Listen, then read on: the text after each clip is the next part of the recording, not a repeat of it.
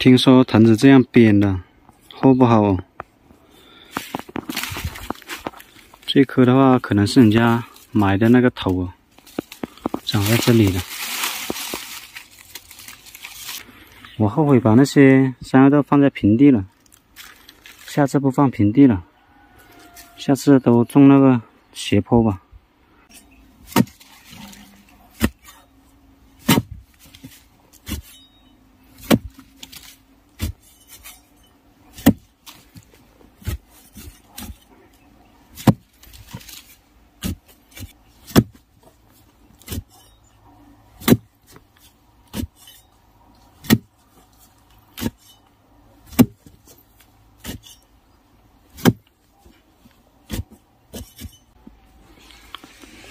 长歪了，已经铲到了。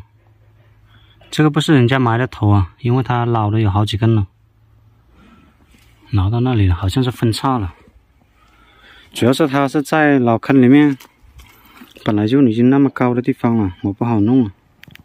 挺大一个货的，就是挖不完整了，这些都夹了，夹了变成这样了，然后它还分叉了，很难看了。就这节好一点。